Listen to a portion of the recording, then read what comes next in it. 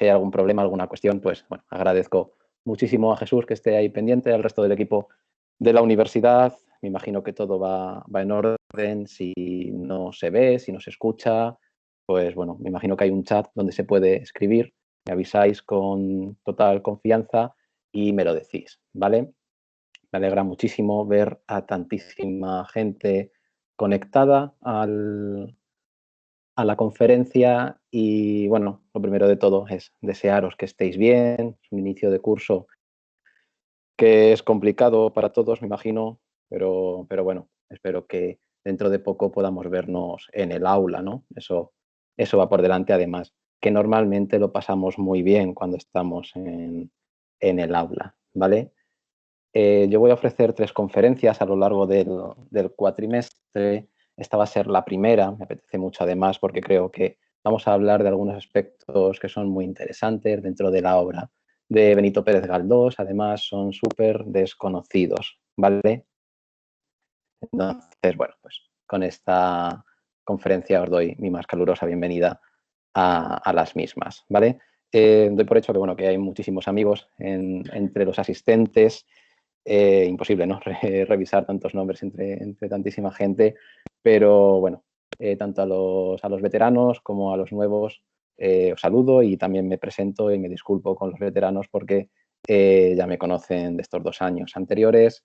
Yo me llamo Jesús Guzmán Mora y bueno, pues soy licenciado en Humanidades por la Universidad de Castilla-La Mancha, precisamente donde damos nuestras clases en Padilla, en la Facultad de Humanidades, ahí es donde estudié, y soy doctor en literatura por la Universidad de Salamanca. Actualmente soy profesor en el Departamento de Literatura Española de la Universidad de Valladolid.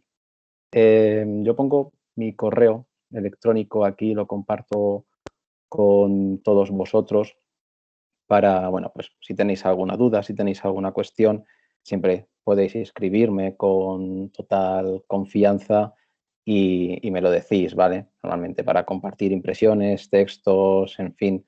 Además, bueno, normalmente nosotros lo utilizamos, ¿no? Para compartir los textos a lo largo del curso y, bueno, pues os pasaré una copia de la novela y, bueno, estoy seguro de que la vais a disfrutar. Quienes no hayáis leído este texto, quienes lo hayáis leído, pues por supuesto también podéis volver al mismo y también os haré llegar una copia de esta presentación del PowerPoint, que bueno, me apetece compartirlo con vosotros, aunque bueno, siempre son notas que sirven para que principalmente me guíe yo en las clases y en las charlas. Como digo, pues bueno, pues hoy empezamos con la sombra, pero tenemos 2 citas más, simplemente las anuncio, ¿vale? Y os cuento alguna cosita en torno a ellas. El día 9 de noviembre tenemos una charla que he titulado La transición a la democracia en la última novela española, una historia colectiva y personal, ¿no? Me apetece muchísimo ver cómo los autores han revisado esta cuestión en torno, bueno, pues al tema de la transición. Es un tema que aparece cada vez más. Ya hemos visto en algún momento de los cursos anteriores cómo hay discursos de la historia que se van agotando, ¿no? Veíamos el primer año que estuve con vosotros la cuestión de la guerra civil, ¿no? Y bueno, creo que es muy interesante porque están apareciendo novelas que vienen a hablarnos de una época muy interesante, ¿no? Y muy reciente de nuestra historia, ¿vale? Entonces, bueno, simplemente, además lo vemos desde un principio aristotélico, ¿no? Que bueno, que es aquello que dice, ¿no? Que la función del poeta no es narrar lo que ha sucedido, ¿no? Que sería la función del historiador, sino aquello que podría suceder, ¿no? Y lo posible conforme a lo verosímil y lo necesario, ¿no? Esta cita incluso la vamos a recuperar hoy cuando estemos hablando del género fantástico, ¿vale? Entonces, apagad los micros, ¿podéis por ahí? Por favor. Gracias. Bueno, entonces, la cuestión es que, bueno, pues como digo, es una charla que me apetece mucho. Y luego también tenéis otro micro por ahí encendido, donde solo se escucha ruido de fondo. Vamos a ver el día 14 de diciembre una conferencia sobre una autora que a mí me gusta bastante, que es Carmen Kurz, ¿no? Hemos hablado alguna vez de pasada sobre ella y vamos a hacer un recorrido biográfico y bibliográfico a través de su obra. Muchos habréis leído a Carmen Kurz y quienes no la habéis leído a lo mejor en sus textos para adultos, quizás habéis leído las novelas de literatura infantil y juvenil, a lo mejor pues a vuestros hijos, a vuestros nietos o vosotros mismos, si recordáis, por ejemplo, la serie de novelas de Oscar. En fin, nosotros vamos a abordar la parte madura de esta autora que yo creo que ocupa de momento un lugar, ¿no? Desconocido dentro de las autoras del medio siglo, pero que tuvo una gran importancia en su tiempo, ¿no? Ganadora de diferentes premios literarios, como bueno, Premio Ciudad de Barcelona por una novela con tintes autobiográficos, como es Duermen bajo las aguas, la que da título en parte a esta comunicación de diciembre, ¿no? El desconocido, con ella ganó el Premio Planeta, una novela acerca del regreso de aquellos que estuvieron en la División Azul y luego que se quedaron presos en los gulags soviéticos, ¿no? Como se tiene que acostumbrar un matrimonio a ese tipo de vida, pero bueno, también contextos interesantísimos como Detrás de la piedra, como Las algas, ¿no? Que es una novela incluso que entra en discursos, como predecesora de discursos contemporáneos, la trilogía Sic Transit, perdón. En definitiva, una autora maravillosa y por la que yo muestro mucha devoción y que, como dice Montejo Gurruchaga, ¿no? Fue silenciada, ¿no? Incluso más que algunas de sus compañeras, ¿no? De generación, Carmen Martín Gaite, Ana María Matute, la propia Carmen Laforet, ¿no? A pesar de que mostraba una audacia poco común en las escritoras de su tiempo. Entonces, simplemente sirva esto como avance de lo que nos espera, un poquito también de promoción y de anuncio por parte del profesor para reteneros en este curso. Espero que sea de vuestro gusto. Os haré llegar algunas cositas al correo electrónico también y intentaré, también me gustaría que se quedara, sobre todo para quienes estáis en Toledo, esto lo sabéis, trabajamos con la copistería, la facultad, que está pues abajo de la Plaza de las Tendillas y bueno, pues también dejaré ahí algunas copias, os avisaré con el tiempo suficiente para que lo podáis recoger. Entonces, bueno, vamos con el plan, ¿no? de hoy. Como digo, es hablar de la sombra, homenajear en cierto modo a Benito Pérez Galdós. Quizás lo fácil, estando en Toledo, habría sido hablar sobre el Ángel Guerra, pero yo creo que hay personas que lo han hecho mucho mejor que yo, que lo han hecho de muy buena manera y además tengo muchísima tendencia por aquellos textos desconocidos, textos quizás que se han tratado menos y La sombra es una de esas novelas bueno, que quedan ahí pues para los estudiosos y también para aquellos que queremos hacer un bosquejo muy específico dentro de la obra de Benito Pérez Galdós, ¿vale? Como sabéis, me gusta seguir un plan de trabajo dentro de mis clases bueno, y conferencias y voy a abordar 5 puntos. En el primero ya os advierto que no es un recorrido biográfico por la figura de Benito Pérez Galdós ni por su obra, sino que son algunas reflexiones que surgen, ¿no? Y que a mí me apetece aportar de una manera más personal. En los puntos 2 y 3 lo vamos a enfocar todo desde un punto de vista teórico, porque bueno, La sombra es una novela fantástica, ¿no? Pertenece al género fantástico, no decimos eso de novela fantástica porque sea una novela extraordinaria, porque de hecho dentro de la producción galdosiana La sombra quizás no sea, ni mucho menos su mejor novela, sino casi todo lo contrario, ¿no? Hay que tener en cuenta que es una novela de juventud. Pero tenemos que definir, ¿no? Por ese hecho qué es lo fantástico, qué es lo extraño y qué es lo maravilloso, ¿no? También me gusta hacer estos aportes teóricos. Luego veremos qué lugar ocupa La sombra en la literatura galdosiana. Ya os adelanto que es un lugar muy, muy pequeñito, ¿vale? Pero, bueno, al fin y al cabo es una obra más del autor y hay que tenerla en cuenta, ¿no? Y veremos también por qué, incluso para el propio Galdós tenía poco significado La sombra.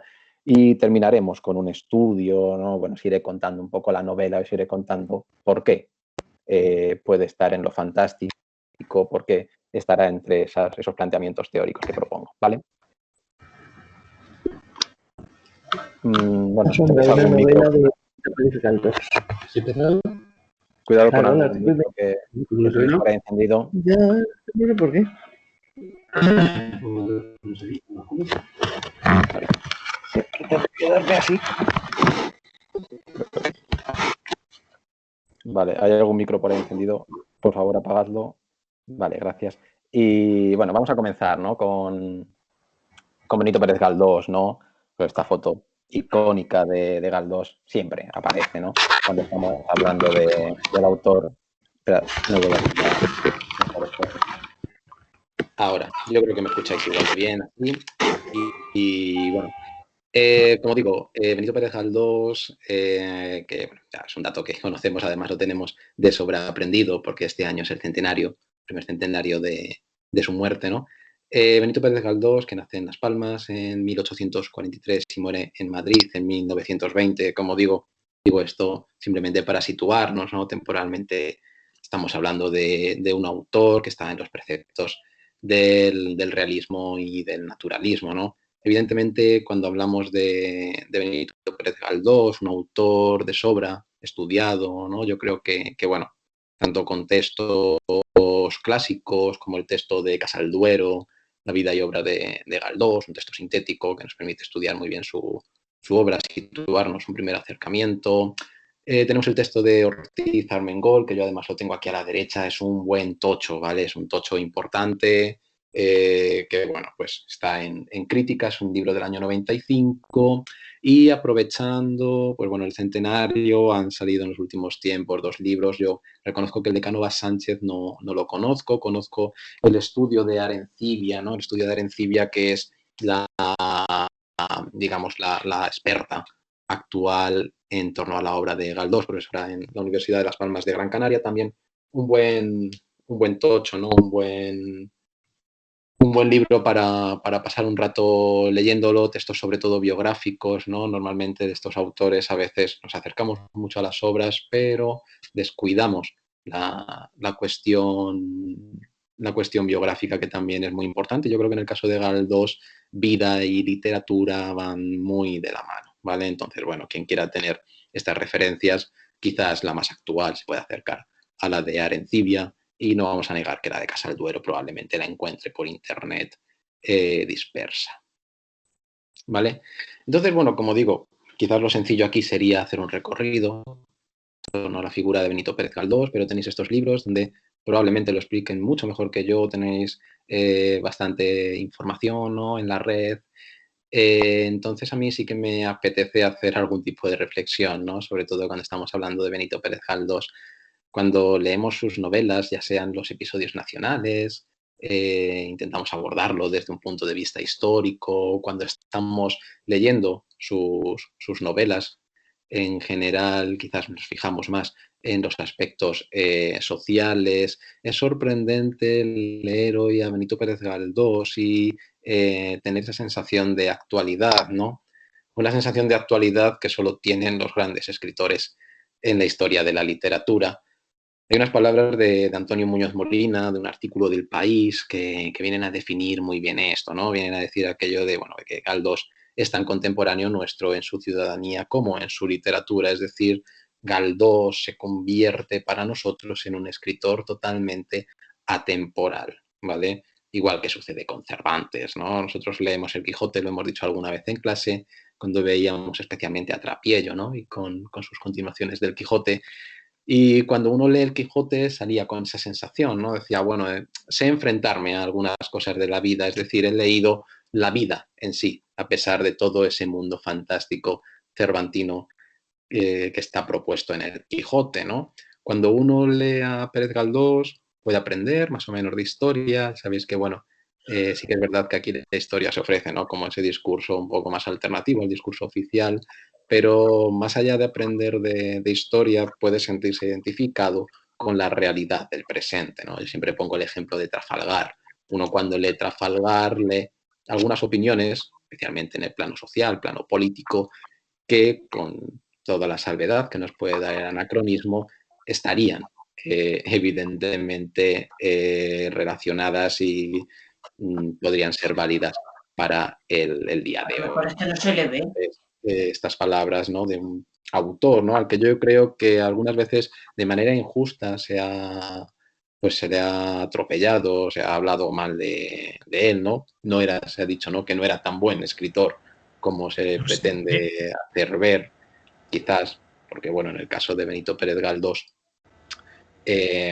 no tenemos, ¿no? Esa referencia, igual que decimos que junto a Cervantes yo creo que es el gran maestro de nuestras letras. Quizás nos falta, ¿no?, decir que detrás del Quijote está una obra de Pérez Galdós, ¿no? Esa idea, pues, aceptada más o menos en la crítica, que la segunda mejor novela de la historia literaria de España no es una de Pérez Galdós, sino que sería La Regenta de Clarín. Pero bueno, en el siglo XIX, en el siglo en el que la novela, sobre todo la novela de gran extensión, toma su auge y se sitúa en la centralidad de la literatura, sería, ¿no?, pues imposible pensar, ¿no?, que, por ejemplo, Fortunata y Jacinta, La Fontana de Oro, o novelas mucho más cortas, ¿no?, si queréis, como Misericordia, como Marianela, o como Doña Perfecta, pues no funcionan y no dan la talla de Galdós, ni mucho menos, ¿no? Creo que Galdós, evidentemente, no solo en el campo de la novela, sino también un renovador constante en el campo del teatro. Entonces, en ese sentido, creo que estamos ante un escritor, quizás casi el único, que dentro de la literatura española, en el campo de la narrativa, puede ir de la mano de Cervantes, ¿vale? Como digo, no intento no mostrar mucho entusiasmo, pero bueno, estas cosas me gusta que queden claras para que veamos también por qué se ha elegido un poquito a la sombra para esta conferencia. Entonces, bueno, sin querer tampoco hablar mucho, ¿no?, sobre Galdós, sí que es verdad que me apetece entretenerme en esta cuestión de lo fantástico y lo extraño y lo maravilloso. Puede que bueno, que tengamos, ¿no?, más o menos claro qué es lo fantástico. Siempre pienso eso, ¿no? Puede tener uno un poquito claro lo que es, pero vamos a intentar darle una vuelta de tuerca, vamos a intentar que esto de lo fantástico lo entendamos un poquito mejor, no tanto pensando en una lectura posterior de la sombra, sino pensando en la lectura posterior de cualquier texto que se pueda relacionar con lo fantástico, ¿vale? Y vamos a ver que también tiene algo de trampa. Yo creo que partimos de esta base, ¿no? Nuestro mundo familiar tiene unas leyes que son conocidas por todos y que identificamos con la realidad. Si lo queremos ver con un ejemplo, pensemos, ¿no?, pues en la gravedad, ¿no? Si yo tengo un lapicero, no sé si se estará viendo bien, si yo tengo un lapicero y lo dejo caer, evidentemente, como indica la propia acción del verbo, ir hacia abajo, ¿no? Es decir, nosotros sabemos que lo extraño sería dejar caer un lapicero y que fuera, ¿no?, automáticamente hacia arriba. Es decir, conocemos de una manera más o menos básica las leyes de la gravedad. Pero no solo tiene que ver, evidentemente, con este tipo de cuestiones, sino que, bueno, nosotros conocemos, ¿no?, conocemos una realidad que la identificamos probablemente con aquello que tiene que ver con nuestro día a día, ¿no?, con, bueno, pues el habla, el encontrarnos, ¿no?, unos con otros, en fin, en definitiva, aquello que conocemos como la realidad, ¿vale? Mientras el mundo no se altera, y no me refiero a alteraciones a lo mejor como en la que vivimos, con una pandemia, sino mientras el mundo no se altera, mientras no aparecen monstruos por las calles, ¿no?, seguimos con esa realidad y seguimos teniendo el referente, ¿no? Y es algo que, bueno, nosotros vamos a seguir a Todorov en este sentido, ¿no? Pues bueno, pues en un mundo que es el nuestro, ¿no? Este mundo, como digo, que conocemos, donde no hay diablos, no hay sílfides, no hay vampiros, ¿no? Pues hay un momento en el que se produce un acontecimiento imposible de explicar por las leyes de ese mismo mundo familiar, ¿no? Aquello que podemos entender como lo familiar, como digo, simplemente las leyes que se corresponden con la realidad. ¿Qué sucede, no?, cuando aquello que no está en nuestro mundo aparece? Es decir, ¿qué sucede cuando estamos leyendo un texto literario y aquello que no se corresponde con nuestra realidad aceptada en un principio por todos aparece? Es decir, cuando estamos leyendo un texto, hasta que no se demuestra lo contrario, estamos viendo un reflejo de la realidad. Galdós es el ejemplo en su obra de ello más absoluto, ¿no? ¿Qué pasa cuando hay una alteración de lo real? Es decir, cuando hay una alteración de ese mundo familiar, ¿no? Lo que sucede, evidentemente, es que nos encontramos ante una incertidumbre, ¿no? Tenemos una incertidumbre que el ser humano necesita resolver, ¿vale? Necesitamos resolver esa incertidumbre, ¿no? Nosotros necesitamos, en general, si, con esto puede que estéis de acuerdo conmigo, vivir sobre certezas, ¿no? Entonces, ¿qué soluciones damos a ese hecho, ¿no? A ese vampiro que ha aparecido en la escena, ¿no? Por un lado, podemos pensar que es una ilusión de los sentidos, es decir, que es producto de la imaginación, ¿no? Y que las leyes del mundo siguen siendo las mismas, son las conocidas, las que estaban antes de la aparición del vampiro. Es decir, me estoy imaginando que ha aparecido un ser extraordinario, que estoy ante una escena supranatural, ¿vale? Entonces, bueno, eso es un producto de mi imaginación y ya está. Pero también, ¿cuál es la otra solución? Evidentemente, la otra cara de la moneda, la integración, ¿vale? Es decir, que ese hecho, ese vampiro, por si queréis tener este ejemplo de un monstruo, de un hecho sobrenatural, forma a pasar parte de lo real, ¿vale? Pero entonces, si forma a pasar parte de lo real, es decir, si ha venido para quedarse, si queréis verlo así, lo real va a estar regido, por unas leyes que desconocíamos, ¿vale? Es decir, necesitamos que esa realidad se replantee de nuevo, ¿vale? Si nosotros, por ejemplo, medimos el tiempo de una manera y en una novela el tiempo se empieza a medir de otra manera y lo queremos integrar, necesitaremos el cartel al menos pone conocer un acercamiento a lo las leyes fantástico respecto al tiempo, ¿vale? Vale, pues ya está. Entonces, nosotros lo que al Yo fin no y al veo cabo nada. estamos haciendo al resolver la incertidumbre, es elegir la opción Si elegimos o una de las dos la opciones, no opción. estaremos en lo fantástico, Dejaremos sino en de lo estar extraño o en lo lo maravilloso. fantástico, Acabo de ¿vale? cambiar. Para que veáis que lo fantástico va a funcionar en Pero cierto no, modo. ni oigo nada. Una pregunta que os lanzo y que vosotros podéis Pues, resolver. A una mujer preguntando, gritando. En tiempo de charla, debate, podemos comentarlo. Cuando Exacto. leemos un texto Yendo de fantástico, nos posicionamos, ¿no? Normalmente decimos, sí, pero es que mi altavoz le tengo que tener bien, apagado, que ya no lo avisaron la otra vez. por ejemplo, la aparición de este monstruo, de este hecho, es Si verosímil. yo es tengo mi decir, altavoz es para hablar yo. está adecuado a la realidad que presenta la novela. Por favor, ¿vale? Jesús. Cuando estamos haciendo este ejercicio, nos estamos espérate, que voy a situando en lo buscar. extraño o lo maravilloso. Sí, espérate, que voy a buscar a ver si el señor me favor. sale donde el otro Estamos día. situando en lo extraño. Adela, Isabel. La ilusión ¿eh? de los sentidos, nos estamos situando en lo maravilloso. Ya, sí, ya sé lo que me están diciendo. ¿vale? Que En ese ahora momento cuando dejamos de estaba estar en lo intentando. Lo último, Ya, Pero ya, no se oye por lo que hay ahí. estamos haciendo lo fantástico. La gente Profe, no te oímos nada Nos porque callamos ya. se juntan conversaciones de gente. Vale, vendría a ocupar. Le estoy dando donde el otro día a ver si le veía la cara.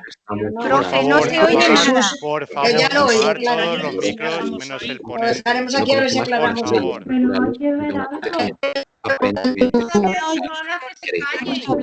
Antes, el otro Nos produce ese hecho, ¿no? Estamos abordando todo un poco desde esa mirada del lector, pero no nos olvidemos que tenemos que acompañar a los personajes, es decir, la reacción de los personajes.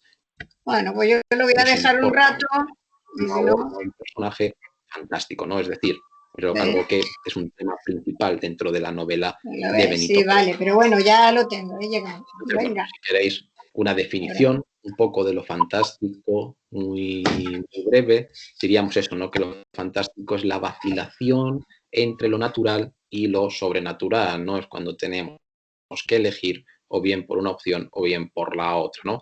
Es un debate que los personajes de una novela fantástica y que los personajes de la sombra, que son dos los personajes que dialogan, lo van a llevar, ¿no? Muy, muy al extremo, ¿vale?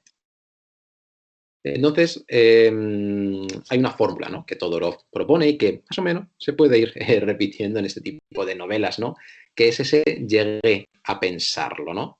Que sería un poco la fórmula, ¿no? Que viene a resumir lo fantástico, ¿no? Tanto la incredulidad total como la fe absoluta, ¿no? Nos llevarían fuera de lo fantástico. Es decir, evidentemente, si elegimos una opción, o bien lo extraño o bien lo maravilloso, nos iríamos de lo fantástico.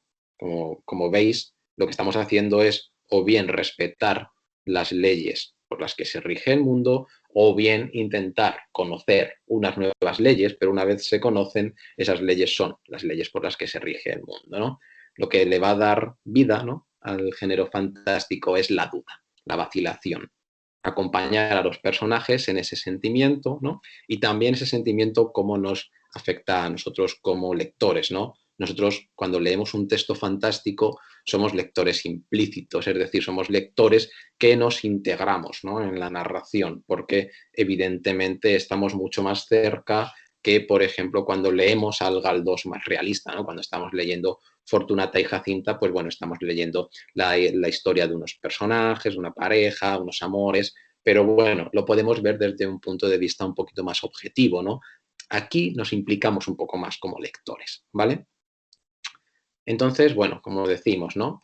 Esa percepción, esa integración, ¿no? que se tiene, pues bueno, se va a definir precisamente por la percepción ambigua que el propio lector tiene de los acontecimientos que se van relatando. Como digo, repito, lo que estamos haciendo es, si me admitís un poquito esta expresión, es meternos en la lectura, ¿vale? A nosotros no afectamos a lo que pasa a la lectura, es decir, el texto narrativo sigue funcionando igual sin nosotros, ¿no? Nosotros no intervenimos, pero sí que es cierto que nos integramos mucho más, como digo, que con otras novelas, ¿vale? Entonces, bueno, simplemente si queréis, ¿no? Sobre todo quedaros con ese concepto, ¿no? Más teórico, es que somos eso, ¿no? Somos lectores implícitos, ¿vale? Entonces nos estamos moviendo, ¿no? Como digo, con esa precisión con la que lo están los personajes en sus movimientos, aunque, como digo, lo que nosotros pensemos en ningún momento va a afectar a los personajes. Nos afectará a nosotros la percepción que tenemos sobre estos personajes, ¿vale? Para que se dé lo fantástico se tienen que dar dos condiciones que más o menos, bueno, ya podéis un poquito adivinar, ¿no? Por un lado, se tiene que dar de lo que venimos hablando, ¿no? La vacilación del lector. El lector tendrá que estar abierto a tener esa duda, ¿no? Y por otro lado, el nivel de interpretación del texto, ¿vale? Vamos a ver cada uno de ellos, ¿no? Hay una cuestión muy interesante dentro de la vacilación del lector, es que nosotros como lectores implícitos, como lectores que estamos integrados en la lectura de lo fantástico, puede que nos identifiquemos, ¿no? Con esta vacilación. Es decir, nosotros en la sombra vemos cómo el narrador está dudando bastante de lo que le está contando Anselmo, pero también vemos cómo Anselmo duda de los hechos del relato que está transmitiendo, ¿no? Pero puede que al mismo tiempo lo que suceda es que el único que percibe esta vacilación sea el lector, es decir, que el personaje ya haya decidido optar o bien por lo extraño o bien haya decidido integrar estos hechos en su mundo, ¿vale? Entonces, a veces los lectores, ante este tipo de textos, nos quedamos un poquito solos, ¿vale? Entonces, bueno, la mayor parte de los textos fantásticos cumplen, ¿no? Con esta doble función, es decir, personajes que vacilan, personajes que tienen dudas y lectores que entran dentro de la vacilación. Es difícil, en este sentido, tener un planteamiento apresurado, es decir, cuando estamos leyendo un texto que pertenece a lo fantástico, tomar partido, ¿no? Por si lo que estamos leyendo es fantástico o no, de una manera temprana, bueno, pues yo creo que es un acto erróneo que tenemos como lectores, ¿no? Lo interesante es esperar hasta el final de la novela y una vez se han desarrollado todos los acontecimientos y hemos llegado al desenlace, ahí optar, ¿no? En el caso de La sombra, el final nos quiere dejar con algún tipo de duda, ¿no? Ya el título de por sí es bastante enigmático. Y como digo, ¿no? Pues entonces esto es lo que sucede en la mayor parte de los textos, pero en otros, que pueden suponer una minoría, sí que es verdad que esa vacilación queda en manos del lector, ¿vale? Y no está representada en el texto. Y la segunda condición que se tiene que dar dentro de lo fantástico es el nivel de la interpretación del texto. Aquí es donde nosotros, pues bueno, pues entramos en nuestra función también como lectores, ¿no?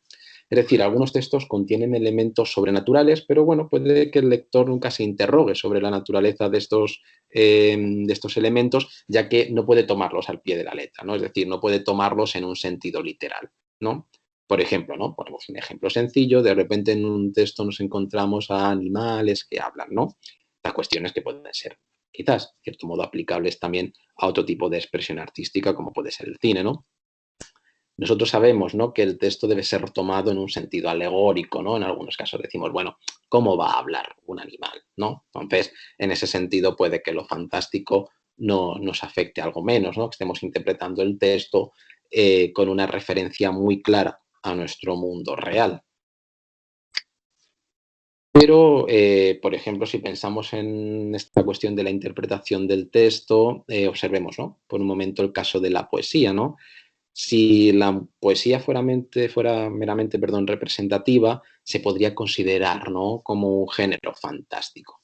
Es decir, ¿no?, no es raro que nos encontremos en un poema una voz del yo poético diciendo que cuando siente el amor es capaz de volar, ¿no? Si nosotros interpretamos que está volando el yo poético, evidentemente estaríamos hablando de una poesía de corte fantástico. Nosotros sabemos que eso al fin y al cabo no deja de ser sino una metáfora que utiliza la voz poética para expresar un sentimiento, ¿vale? Entonces, en ese nivel de interpretación también es muy interesante, ¿no? Porque los textos de lo fantástico, al fin y al cabo, los textos literarios normalmente van a tener esa función, pero los textos de lo fantástico lo quieren cumplir, van a tener tantas lecturas probablemente como lectores tenga ese texto. Perdón, porque evidentemente cada uno tendrá un nivel de interpretación que podrá ser muy parecido al del vecino, pero tendrá sus peculiaridades propias, ¿vale? Entonces, bueno, en este sentido lo fantástico implica, ¿no?, la existencia, ¿no?, de un acontecimiento extraño que provoca la vacilación del lector, del héroe, de los personajes, sino también una manera de leer, ¿no?, que por el momento no podemos definir en términos, que por el momento podemos definir en términos negativos, ¿no?, porque no debe ser ni poética ni debe ser alegórica, ¿vale? Tenemos que leerlos a lo mejor con esa cierta inocencia, de decir, bueno, pues a lo mejor si unos animales están hablando es porque en esta duda, ¿no?, en esta vacilación, ellos pueden hablar, ¿vale?, en el mundo narrativo que nos propone el autor. Entonces, bueno, se tendrán que dar, ¿no?, unas condiciones, ¿no?, de lo fantástico, pues bueno, pues para que se cumpla, ¿no? Yo las agrupo en este sentido, en unas cuantas, ¿no? En primer lugar, el texto debe obligar al lector a considerar el mundo de los personajes como un mundo de personas reales y a vacilar entre dos explicaciones, ¿no?, entre la explicación natural y la explicación sobrenatural de los acontecimientos evocados, ¿vale? Si no hay vacilación, si no hay lugar a la duda, si no tenemos ese momento previo, aunque luego podamos elegir entre lo extraño y lo maravilloso, tendremos que preguntarnos si a lo mejor no estamos ante un texto fantástico, ¿vale? Entonces, nosotros, lo veréis cuando hagamos ahora una pequeña lectura de La Sombra, cuando vosotros os metáis con el texto en casa, pues evidentemente vais a estar dudando, ¿no? ¿Qué es lo que le está pasando a Anselmo? ¿Está saliéndose París del cuadro o no? ¿O es una alucinación que está teniendo él, ¿no? Esa duda es muy importante, ¿no? También es muy importante cómo el autor representa esa duda, de ahí que el género fantástico no sea un género nada fácil, ¿no? Por mucho que a lo mejor el género fantástico en algún momento se haya podido considerar una especie de subliteratura, ¿vale? Pero todo lo contrario, porque lo han tratado los grandes, especialmente, ¿no?, en el ámbito de la literatura hispanoamericana, ¿vale? Es muy difícil escribir un texto de lo fantástico, porque hay que mantener esa tensión, hay que jugar con el lector, pero también hay que jugar con los personajes. Los personajes no deben tener tampoco un convencimiento absoluto ni hacia un lado ni hacia otro, ¿no?, porque eso estaría rompiendo la condición de lo fantástico y nos estaría llevando o bien a lo extraño o bien a lo maravilloso, ¿vale? Como vemos, bueno, pues la vacilación puede sentirla, ¿no?, un personaje, ¿no?, decimos eso también entre paréntesis, ¿no? El papel del lector se confía siempre al del personaje, ¿no? Entonces la vacilación ya de por sí va a ser un tema de la obra. Cuando nosotros hablemos con algún amigo acerca de la lectura de La Sombra o de una lectura del corte fantástico, le diremos, bueno, pasaba esto, ¿no? Los personajes tenían que pasar ciertas pruebas o un personaje relataba a otro, ¿no?, una historia de su pasado, pero siempre estaba en duda si aquello podía ser verdad o no, ¿vale? Si aquello se integraba en un mundo real o aquello estaba totalmente alejado del mundo real, ¿vale? Entonces, bueno, es muy interesante que la vacilación se tome como tema propio de la obra en La Sombra. Nosotros no lo enumeramos luego como tema, pero sí que es un tema que evidentemente subyace a la propia obra.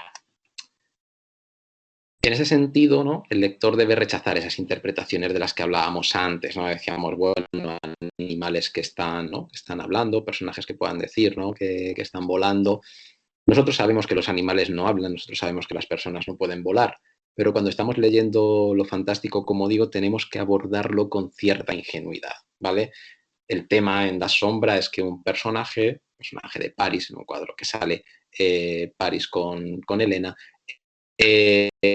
París sale del cuadro, ¿no? Nosotros sabemos que los personajes no salen del cuadro, hemos ido al Museo del Prado y hemos visto, ¿no? En cada una de las visitas a los mismos personajes en la misma posición, ¿no? Esto no es como la película de Toy Story, ¿no? Sí, pues que probablemente conocéis, ¿no? Estos juguetes que cuando el niño se iba de la habitación, los juguetes de repente empezaban a conversar entre ellos y a vivir aventuras, ¿no? Y salían al mundo exterior, ¿no? Evidentemente nosotros no sabemos eso, pero claro, tenemos que acercarnos con esa misma ingenuidad con la que nos podíamos acercar, por ejemplo, a esa película, ¿no? Decir, bueno, es que existe la posibilidad de que los juguetes, ¿no?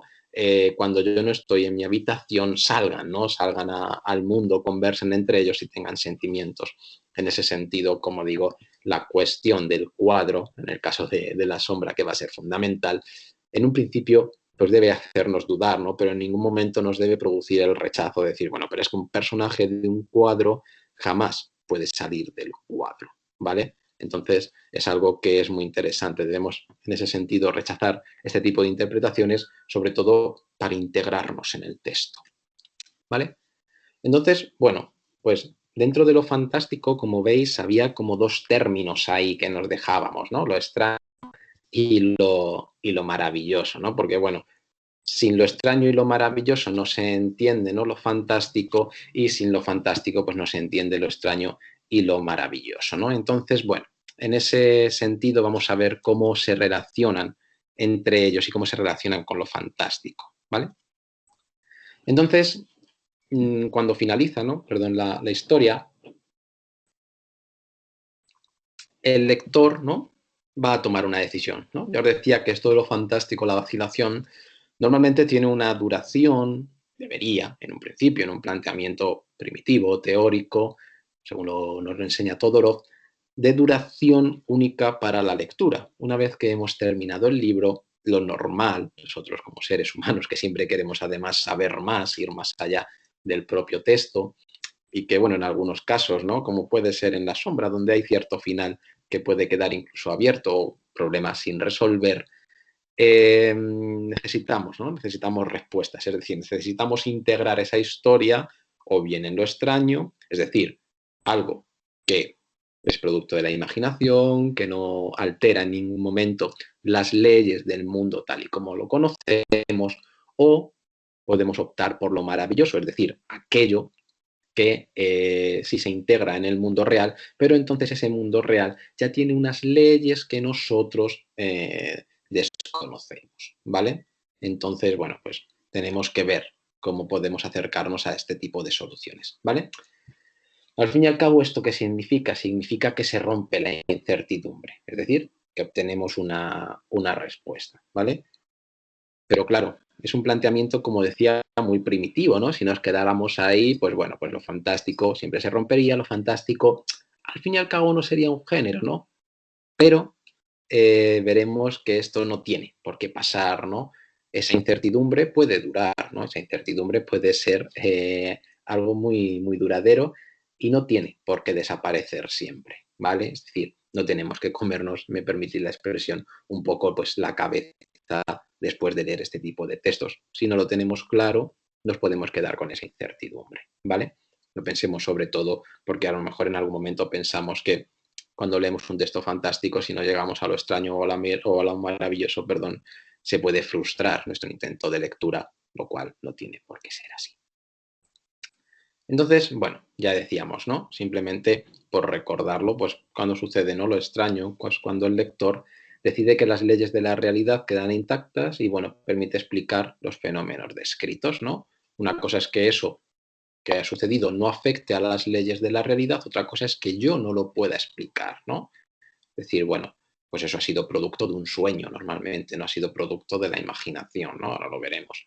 O lo maravilloso, ¿no? Cuando optábamos por lo maravilloso decíamos que es necesario, ¿no? Admitir unas nuevas leyes de la naturaleza para explicar ese fenómeno, para integrarlo, ¿vale? Es decir, para hacer que una vez ese fenómeno se integre, las leyes, ¿no?, vuelvan a restablecerse, pero no en el punto inicial, sino en un punto nuevo. Entonces, bueno, simplemente, ¿no?, repasamos esta cuestión de la incertidumbre, ¿no?, que ya la venimos repitiendo, o bien la ilusión de los sentidos, o bien la integración, ¿no? Entonces, como ya podéis intuir, la intuición, ¿no?, de lo extraño se va a relacionar con la ilusión de los sentidos, ¿no? Lo maravilloso se va a relacionar directamente con la integración, ¿vale? Entonces, claro, la pregunta que quizás os estáis haciendo es que estamos hablando de un género, ¿no?, de un género narrativo, que es lo fantástico, que además va implícito en el título de esta charla, pero claro, si atendemos al pie de la letra de esto, lo fantástico no está, ¿no? Porque si tengo que elegir entre lo extraño y lo maravilloso, al fin y al cabo, lo fantástico no va a ser en ningún caso un género autónomo, ¿no? Sino que un género independiente, un género que funcione por sí solo, o bien lo extraño o bien lo maravilloso, ¿no? Lo fantástico se va a presentar, en cierto modo, ¿no?, como una frontera, como un límite bueno, que va a integrarse dentro de la parte de la lectura, pero no como un género que podamos quizás, si queréis, vender en una librería, ¿no?, como en un estante donde está lo fantástico, en una biblioteca nos encontremos una sección de lo fantástico, o nos encontremos quizás un congreso en torno a la cuestión de lo fantástico, ¿no? Pero evidentemente no nos vamos a quedar ahí, sino que vamos a avanzar, ¿no? Yo creo que sería erróneo pretender que esto de lo fantástico solo puede existir en una parte de la obra. ¿Por qué? Porque precisamente decíamos antes que hay textos tan ambiguos, ¿no?, que conservan la ambigüedad, el momento de incertidumbre, hasta el final, que incluso lo traspasan, es decir, van más allá del propio final, nos dejan con la duda, ¿no? Hay un momento, cuando termina la sombra, y lo vais a ver, que el narrador va a optar por esta opción, ¿no? Y va a preguntarse, ¿no? Y entonces, bueno, este Paris volvió al cuadro, ¿no? Se lo pregunta según va bajando las escaleras. Siento con esto contar una parte del final, pero espero que también enriquezca la lectura. Y él dice, pues por no subir a preguntárselo, ya me marcho, ¿no? En ese momento nos podemos cabrear un poco con el narrador, ¿no? Y decir, pero bueno, pero pregúntaselo y resuelve nuestra duda, y entonces yo ya me puedo, ¿no?, decantar o bien por lo extraño o bien por lo maravilloso, ¿no?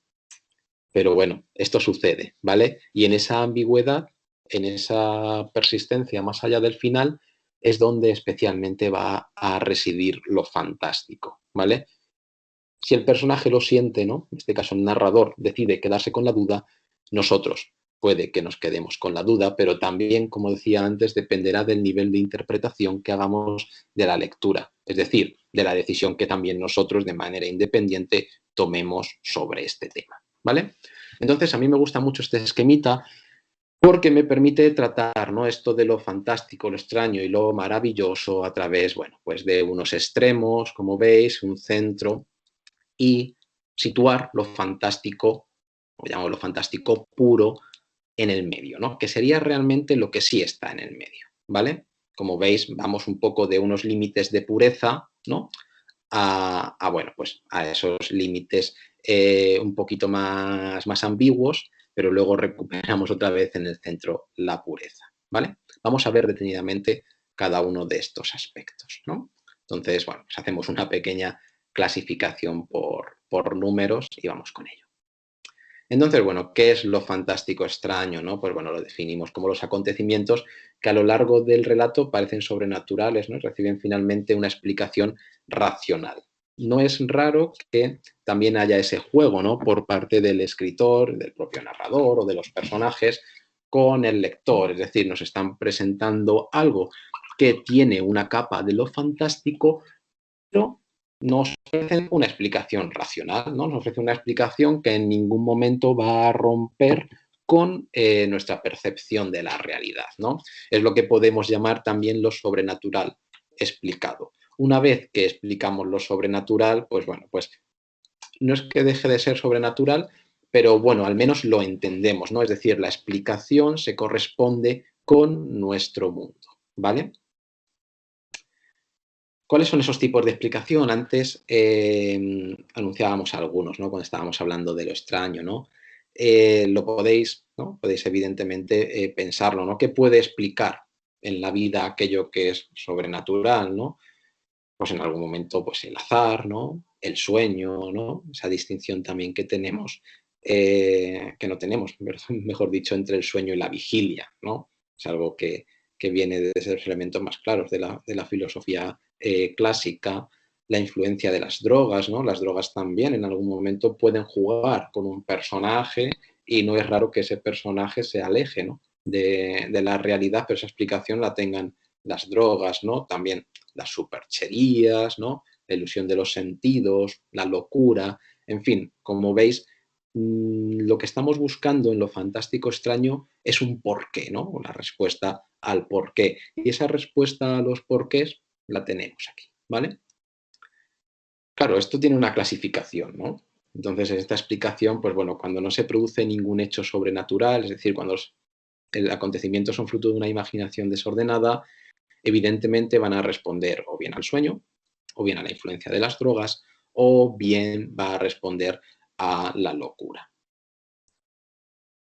Cuando el hecho que se produce sí es sobrenatural, pero recibe una explicación, ¿no? Por una vía racional, se va a deber normalmente al azar, se va a deber a las supercherías o se va a deber a la ilusión de los sentidos, ¿vale? Entonces, como veis, hay una doble clasificación entre estos dos elementos, ¿no? Como decimos, dependen o bien de una imaginación desordenada, el sueño, que nos pueda parecer que no, yo creo que es un elemento en ese sentido que responde muy bien, ¿no? Si recordáis vuestros sueños, evidentemente lo primero es que la ordenación temporal es caótica, la ordenación espacial es caótica, las relaciones que establecemos en los sueños con el resto de personas y con el resto de elementos es caótico, es decir, no hay un orden, ¿no? Aunque evidentemente el sueño pueda parecer en un principio algo racional, ¿no?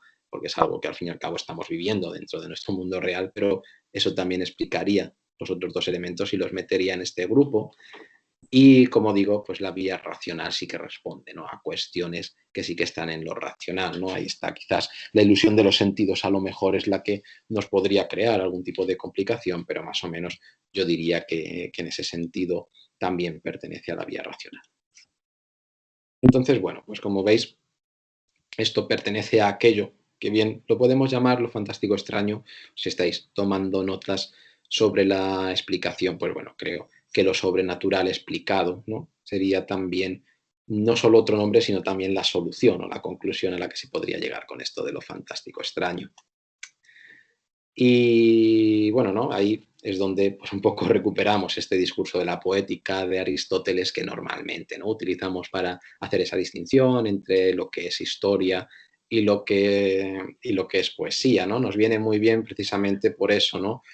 Porque el narrador tiene esa función, ¿no? Tiene esa función de contar lo que podría suceder, ¿no? No lo que ha sucedido, pero siempre que pueda ser verosímil, ¿no? Es decir, en esto de lo fantástico extraño es muy interesante que aquello que se cuenta responda a aquello que puede ser, ¿no? Tratado como una verdad, ¿vale? De ahí que en este sentido traigamos esta cita que en algún otro momento de las conferencias, como ya decía, se va a repetir, ¿vale?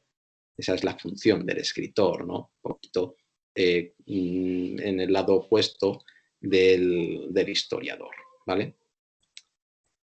Entonces, lo verosímil, ¿no? Ya vemos que no se va a oponer a lo fantástico. Perdón, porque, bueno, el primero, pues bueno, lo verosímil es una categoría que apunta, ¿no? a una coherencia interna, ¿no? Es decir, necesito que los relatos, perdón, que el relato, para que sea verosímil, se ordene, ¿no? De una manera muy concreta, ¿vale? Necesito huir, si queréis, de ese caos que decíamos antes, ¿no? Y lo fantástico, sobre todo, se va a referir, como ya hemos anunciado, a la percepción, ¿no? Que va a tener tanto el lector como el personaje, ¿vale? Es decir, lo fantástico no tiene por qué integrar la totalidad del texto, porque de hecho, como vemos, lo fantástico responde a unos actos, a unas escenas, si queréis, a unos cortes dentro de la narración, pero sobre todo responde a la relación que establece, por un lado, el personaje con estos hechos y, por otro lado, la relación que establece el lector con estos hechos, ¿vale? Entonces, al mismo tiempo, también es verosímil que se den reacciones fantásticas, ¿vale? Vamos a pasar a lo extraño puro, ¿no? Vamos a ver qué entendemos por lo extraño puro. En estas obras, pues bueno, se relatan acontecimientos que pueden explicarse perfectamente por las leyes de la razón, pero que son de una u otra manera increíbles, extraordinarios, chocantes, singulares, inquietantes, insólitos, y que por esta razón provocan en el personaje y en el lector una reacción semejante a la que los textos fantásticos nos volvió familiar, ¿vale? Entonces, pues como vemos, ¿no? Son en lo extraño puro se pueden dar, ¿no? Pues escenas, hechos que se pueden explicar, ¿no? Por la razón, pero que aún así pues son increíbles, ¿no? Y vamos a verlo un poquito más adelante, ¿no? Entonces, no nos importa, ¿no? Tanto el acontecimiento, el hecho, la escena, ¿no? Sino el sentimiento que genera. Como veíamos en el caso anterior, teníamos una resolución, ¿no? Aquí también la podemos tener, pero no nos deja igual, tanto a los personajes como al lector, ¿vale? Entonces, bueno, por ejemplo, ¿no? Pues traemos un ejemplo, podemos decir, y anunciar, ¿no? Que Galdós en La sombra, pues evidentemente se ve que de una manera o de otra ha leído a Edgar Allan Poe, ¿no? Bueno, yo creo que este relato, ¿no? Del hundimiento de la casa User, o la caída de la casa User, depende un poquito también de la traducción que vayáis a manejar, si lo queréis leer, puede ser un ejemplo claro de cómo se aborda esto de lo extraño puro, ¿no? Todo en este fragmento, ¿no? Que recogemos, dice, en el marco de aquella puerta estaba entonces la alta y amortajada figura de Lady Madeleine de User, ¿no? Había sangre por su blanco ropaje y toda su demacrada persona mostraba las señales evidentes de una enconada lucha, ¿no? Entonces estamos, bueno, viendo cómo, pues tenemos la figura en este caso, de Madeleine de User, ¿no? Personaje que muere, tenemos amortajado, pero que aparece, ¿no? Entonces, bueno, ahí es donde se da esa cuestión de lo extraño puro que los personajes, ¿no? Pueden aceptar, es decir, bueno, pues un muerto que está en el marco de una puerta, que puede tener esa explicación racional, pero que evidentemente el sentimiento que va a generar nos va a devolver a lo fantástico, es decir, bueno, en qué momento un muerto se está asomando, ¿no? A una puerta, ¿vale? Entonces, es muy interesante, sobre todo si lo veis dentro del marco, ¿no? de ese relato al completo, ¿vale? Por lo fantástico, maravilloso, ¿no? Pues bueno, pues entendemos, ¿no? Pues estos relatos que se presentan como fantásticos, pero terminan con la aceptación de lo sobrenatural, ¿vale? Entonces, bueno, en lo fantástico extraño ya veíamos, ¿no? Que hay una explicación para el hecho de lo sobrenatural. Aquí lo que hay es una integración, ¿no? Del hecho sobrenatural. Es decir, los personajes y el lector están aceptando lo sobrenatural y lo están integrando en este mundo que como resultado nos ofrece, pues bueno, pues unas leyes que nosotros desconocíamos, ¿no? Que podían ser diferentes sobre todo a las que conocíamos. Debemos tener siempre en cuenta que este cambio de ley, o sea, que aquí lo que no se produce es un cambio de leyes, sino que lo que hay es un desconocimiento y decir, bueno, yo pensaba que el mundo era así, pero el mundo era de otra manera diferente, ¿vale?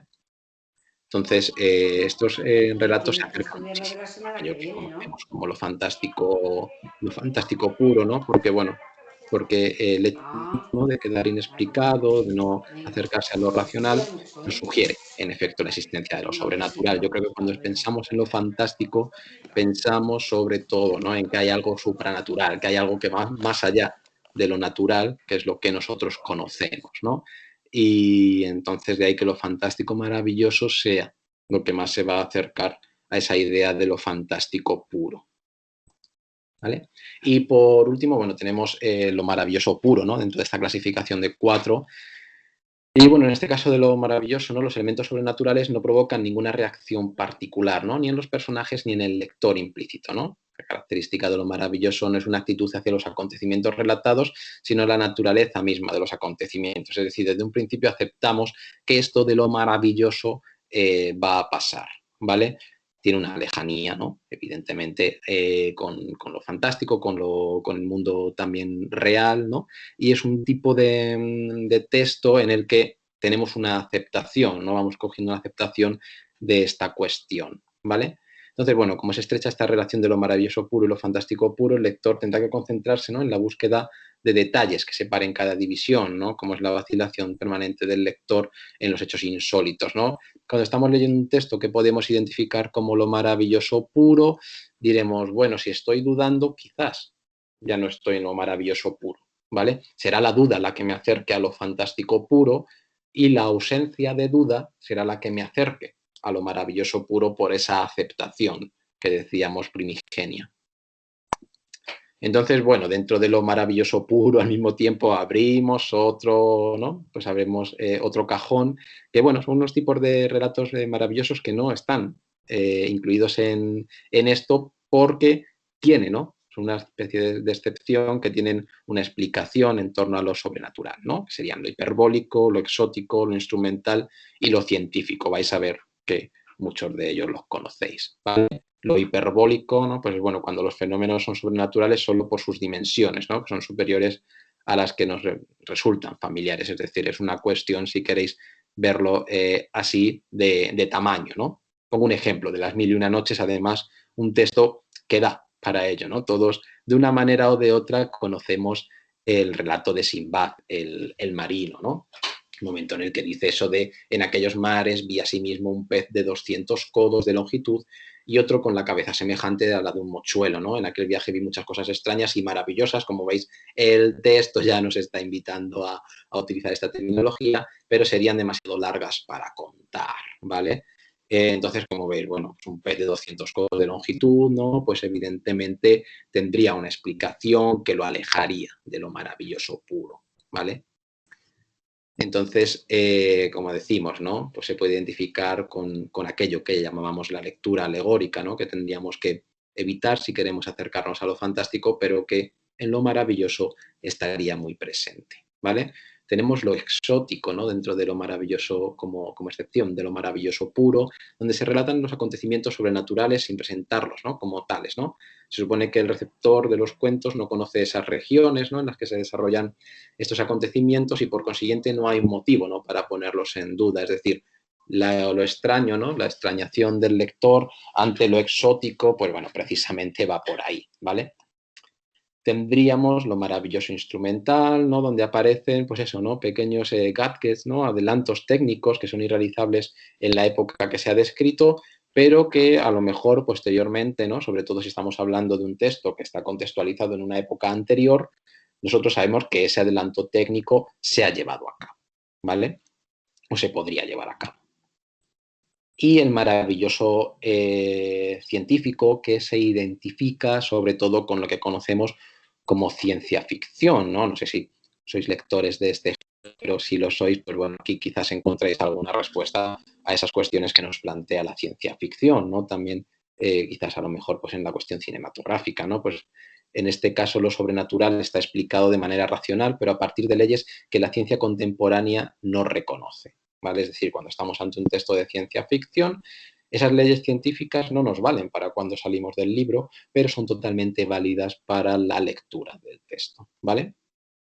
Entonces, bueno, pues, por ejemplo, en un cuento de Asimov esto sucede, ¿no? Un cuento además muy cortito, pero muy bueno, ¿no?, que es una estratagema inédita. Dice, el abogado de Stein lo expuso con sencillez. Ocultarse en el tiempo no era fundamentalmente diferente a ocultarse en el espacio. Si las fuerzas de la ley no habían descubierto a Stein en el intervalo de esos 7 años, mala suerte para ellos, ¿no? Es decir, nosotros sabemos que en el mundo real uno no puede ocultarse en el tiempo, ¿no? Pero en el mundo que nos propone en este relato corto Isaac Asimov, sí que es posible, ¿no? Entonces, de ahí que, bueno, en este caso el delincuente pueda librarse, ¿no? Porque si no lo han encontrado, será porque no han buscado bien en el tiempo, ¿vale? Entonces, como vemos, esas leyes de la ciencia ficción en lo maravilloso científico sirven, ¿vale? Y lo alejan de la cuestión de lo maravilloso puro, ¿no? Entonces, bueno, simplemente muy de pasada, ¿no? Pues en el caso de lo fantástico, quizás Borges no es quien mejor puede servir como ejemplo para esto. Bien, podríamos dedicarle no solo una clase, sino un curso entero. porque lo interesante es que Borges nos muestra, ¿no? Y yo espero que con esto también sirva como conclusión para esta parte, que el acto de leer y de escribir, ¿no? De recordar, imaginar, razonar y soñar, pueden confluir y alcanzar una asombrosa armonía, ¿no? Entonces, bueno, estas parejas que en un principio, ¿no? Parecen en algún momento antagonistas, nos pueden, ¿no? Y en el caso de Borges se cumple, invitar, pues, bueno, pues al juego, ¿no? Como una reflexión profunda. No nos olvidemos del carácter lúdico, no solo de entretenimiento, sino del carácter de juego que puede tener la literatura. Yo creo que La sombra tiene bastante de esto, tiene bastante de juego, ¿vale? Es decir, el autor, en este caso Galdós, está jugando con nosotros y eso es muy interesante. También juega con sus personajes, ¿vale? Porque dice Borges, ¿no? En uno de sus textos, ¿no? Dijo Chesterton que es natural que lo real sea más extraño que lo imaginado, ya que lo imaginado procede de nosotros, mientras que lo real procede de una imaginación infinita, ¿no? La de Dios, evidentemente, en este sentido, el corte de Chesterton, ¿no? Pues evidentemente está relacionado con el corte religioso. Es muy interesante porque, claro, ¿no? Esto también viene un poco pues a añadir más, porque decimos eso de que lo natural, ¿no? Que es natural, perdón, que lo real sea más extraño que lo imaginado a veces, ¿no? Entonces puede que tengamos en algunos momentos una aceptación, ¿no? De lo imaginado, sobre todo si nos acercamos, como digo, a estos textos, pues con esa intención de juego, ¿vale? Algo que Borges yo creo que ejemplifica muy bien en sus textos cuando está hablando, ¿no? del Quijote y que me sirve para simplemente indicaros eso del lector implícito, ¿no? Hay un momento, ¿no? Y esto lo sabemos en el Quijote que sucede, que Don Quijote, ¿no? Pues es lector, ¿no? del Quijote y dice, bueno, dice, los lectores o espectadores pueden formar parte de esa ficción, es decir, el momento en el que el mundo que tenemos como real se relaciona con la ficción, tenemos que ver de qué manera, ¿no? Se relaciona, ¿no? Y entonces, bueno, Borges en ese sentido también aparece en su obra como desdoblado, ¿no? Como narrador y personaje de varios de sus cuentos. En La sombra, ¿no? Cuando Anselmo nos esté contando lo que sucede, debemos tener en cuenta que está cumpliendo también una función indirecta del narrador y por otro lado está viviéndole como personaje en unos hechos del pasado, ¿vale? Es decir, cómo también se van construyendo diferentes planos de la ficción en un texto fantástico, ¿vale? Entonces, bueno, espero que más o menos esto pues haya podido ayudar un poquito dentro de lo que entendemos como lo fantástico, lo extraño, lo maravilloso, porque es interesante saberlo para abordar La sombra, ¿vale? Brevemente vemos el punto 4 y estudiamos la novela, ¿vale? Uy, perdón, que se me va.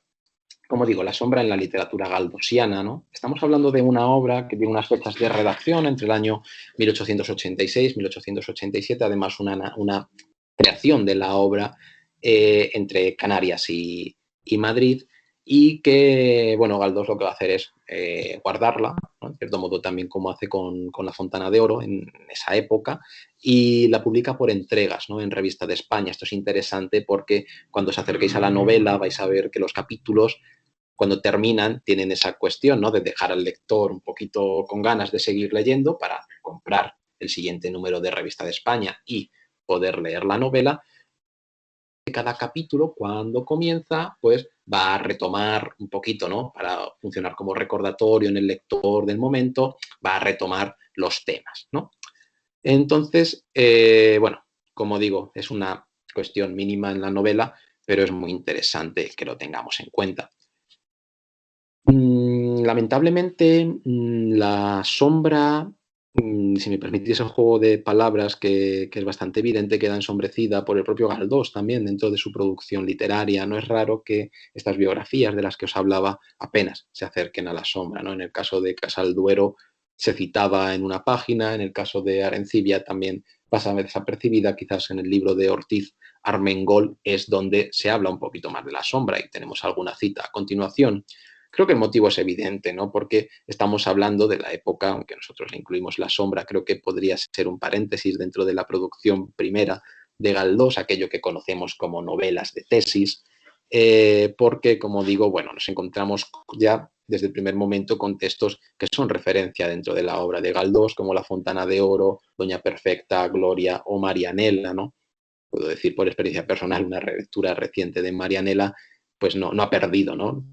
Que la leí tendría unos 14 años, ahora tengo algo más del doble y bueno, puedo decir que me ha seguido gustando, impresionando y siendo una novela fantástica. Es decir, estamos hablando de un nivel muy alto desde el principio en el ámbito literario para Galdós, ¿vale? Entonces de ahí que La Sombra ocupe un espacio tan chiquitín, ¿no? Como o bien primera o bien segunda novela, según lo veamos en torno a redacción o publicación, si lo comparamos con La Fontana. La Fontana será primera. Bueno, podemos aceptar que La Sombra es la segunda novela de Galdós, pero para mí tiene mucho de primitivo, ¿vale? Tiene mucho de primera novela, ¿no? Aquí tenéis un poco, bueno, pues lo que sería la sinopsis, el resumen, bueno, pues lo que se nos está contando, ¿no? Y me ha gustado tanto este texto que lo he tomado como tal, pues se narra la historia del doctor Anselmo, ¿no? Que es un hombre, pues bueno, solitario, excéntrico, que pierde a su mujer, a Helena, a causa de la aparición de Paris, ¿no? Como veis ya la cuestión mitológica está muy presente, ¿no? Es un personaje que se escapa de una pintura, ¿no? En un principio la alucinación o el planteamiento que tiene Anselmo en torno a este personaje, ¿vale? Es una cuestión, bueno, pues evidentemente que trata un tema, ¿no? Que lo vemos ahora, que es el tema del celoso, ¿no? Que también es un tema evidentemente cervantino y, bueno, como vemos, pues Anselmo lo que hace es intentar competir frente a este hombre, un hombre inmortal y, bueno, veremos cómo, pues bueno, pues se intenta resolver esta cuestión, ¿vale? Entonces, bueno, cuando leáis la novela, pues lo tendréis más claro, cuando veáis esto también, ¿no? Entonces, bueno, sí que es verdad que en la propia crítica pues deja, ¿no?, ciertas dudas sobre la presencia o sobre la explicación de los elementos sobrenaturales, ¿no? Por un lado estamos diciendo, pues bueno, ¿no?, pues que en ese sentido hay algunos críticos que asumen la existencia de estos elementos sobrenaturales, es decir, que Paris se le aparece al personaje, como no tenemos esa resolución de si vuelve o no al cuadro, pues es algo que estaría ahí. Y por otro lado, hay otra parte de la crítica que asume que este Paris no deja de ser sino la proyección de los temores del doctor Anselmo, ¿no? Es decir, una proyección a través de sus celos, ¿no? Que es un tema que se plantea también en la novela, ¿no? La Sombra, simplemente, bueno, decirlo, es una novela que se ha reeditado muy poquito, de hecho yo la he estado leyendo a través de, bueno, de lo que edita el Cabildo de Las Palmas de Gran Canaria, ¿no? Y tiene una colección, si utilizáis sobre todo el libro electrónico, de novelas galdosianas que abarca todo y bueno, ahí la podéis encontrar. Yo voy a pasar una copia, o sea que no tengáis ningún problema, pero bueno, si utilizáis libro electrónico, pues también os pondré el enlace para que podáis leer y descargar esta novela, ¿vale? Y también toda la producción galdosiana. Entonces, bueno, lo interesante de La Sombra es que, claro, es una novela que pertenece, ¿no?, al género, podemos calificar dentro del género fantástico, que no tiene un gran auge, ¿no? Se escribe con mucha timidez sobre esto. De hecho, Galdós parece que en algún momento casi se disculpa, ¿no?, cuando está cuando está hablando sobre esta novela de manera posterior. De hecho, es el único ejemplo dentro de la producción galdosiana en torno a la literatura fantástica, ¿no? Ya habíamos tenido, ¿no?, en la literatura española habíamos sobrepasado por estas alturas el romanticismo. Teníamos un género que no es fantástico, sino que es el de las leyendas, pero que nos viene muy bien, aparte de para traer a Becker, porque si recordáis, las leyendas, cuando se narran, se atribuyen a terceros, es decir, lo que está haciendo el narrador, lo que está haciendo el autor es tomar el relato de otros, ¿no? Y para eso simplemente os traigo un ejemplo ledano y conocido, ¿no? Cuando estamos al comienzo de la Jorca de Oro, se dice esto, ¿no? Dice Becker, no dice el narrador, ¿no?, mejor dicho, yo en mi calidad de cronista verídico no añadiré ni una sola palabra de mi cosecha para caracterizarlo, se refiere a los personajes, mejor. Es decir, está cumpliendo esa función cuasi periodística, ¿no? Está haciendo una crónica de unos hechos. Lo que pasa es que, bueno, luego en esos hechos pueden entrar elementos que se relacionan de una manera u otra con lo natural, ¿vale? Pero como veis, ¿no? Ya teníamos ese género de la leyenda en España, que trae, evidentemente lo tiene muy presente el romanticismo, y veíamos ya una lejanía entre autor y narrador. El autor o el narrador no asumía como propio el relato, sino que el relato era de terceros. En el caso de La Sombra, lo que tenemos es un relato de un segundo, es decir, es Anselmo, ¿no?, quien va construyendo este relato, se lo va contando al narrador, que es quien nos va contando la conversación, ¿vale? Temas de La Sombra, ¿no? Pues bueno, tenemos el desdoblamiento de la personalidad, ¿no? La cuestión, ¿no?, del propio Anselmo, cómo afecta a este tal, ¿no?, pues a este Paris, ¿no? Y cómo puede estar relacionado con un personaje que se llama Alejandro, que aparece muy al final de la novela. Quizás ahí es donde se puede ver a lo mejor un pequeño fallo en el planteamiento de la novela, pero bueno, nosotros no somos quien para corregir a Galdós. Evidentemente, un tema muy interesante es el de la creación de una obsesión, porque además la vemos nacer desde el principio hasta el final. El desdoblamiento de la sombra, ¿no? Es una sombra lo que estoy viendo, es algo más que una sombra, ¿no? Como veis, en definitiva, la cuestión del doble en la literatura, siempre tan presente, ¿no? Pues en este caso creo que está muy bien tratada. Y luego también como elemento intertextual de diálogo de un texto literario con otro es el del marido celoso, ¿vale? Ahí tenemos una novela ejemplar de Miguel de Cervantes, que es El celoso extremeño. Si leéis los dos textos, vais a ver que se comunican de muy buena manera, ¿vale? Hay unos vasos comunicantes enormes entre el celoso extremeño y la novela galdosiana, ¿vale? Entonces me gusta mucho esta definición, ¿no?, de Pérez Armengol, que habla de eso, de una mesa revuelta, pues donde se hallan muchas lecturas, ¿no? Esa intención del escritor joven, ¿no?, de ahí que habláramos un poquito del joven Galdós, ¿no?, pues bueno, de intentar mostrar todo lo que sabe, todo lo que ha leído. Por eso aparecen, ¿no?, pues referencias a lecturas, podemos intuir mucho a Edgar Allan Poe, podemos ver cuestiones de literatura evidentemente mitológica, ¿no?, con la cuestión de Helena de París, vemos cuestiones de neurología, ¿no?, nociones de arte con lo de los cuadros, ¿no?, algún costumbrismo, ¿no?, alguna referencia suelta a Madrid que nos permite también en la última parte situar, ¿no?, en un lugar geográfico, en el lugar geográfico además por excelencia de Pérez Galdós, ¿no? Pues y también esta cuestión, pues bueno, un poquito de la intriga, de la peripecia, del no resolver las cosas hasta última hora, ¿vale? Entonces, bueno, vamos a estudiar La Sombra. Es verdad que no queda mucho tiempo, tampoco espero no excederme mucho, pero sí que es verdad que me gustaría ir viendo en torno a la novela, pues bueno, cómo se van tratando ciertos temas, ¿vale? Sobre todo a través de pequeños tics que nos van a permitir ir viendo cómo se presenta este tema de lo fantástico, ¿vale? Entonces, bueno, hay un momento, ¿no?, en el principio que se nos quiere presentar a Anselmo. Anselmo es un personaje bastante sombrío, ¿no? Anselmo, como se dice ahí, ¿no?, es una persona sin amigos, es una persona de la que poco se sabe, ¿no?, a la que pocos quieren ver y hasta la que algunos incluso tratan con desdén, con repugnancia, ¿no?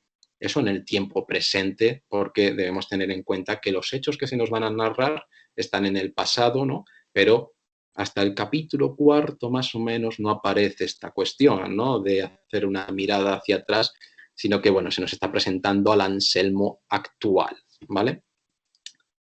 Entonces, ¿no?, pues sí que es verdad, ¿no?, que cuando lo ve el narrador entra dentro de la opinión generalizada, es decir, bueno, dice, pues yo pues sentí cierto terror cuando le vi, ¿no? Era tal, más o menos, y como me lo habían contado, pero sí que es verdad que él intuye, y de ahí que se pueda desarrollar también el diálogo, cierto halo de bondad, ¿no?, cierto halo al menos de una persona inofensiva, ¿no? Entonces, es muy interesante cómo se desarrolla esta cuestión, ¿no?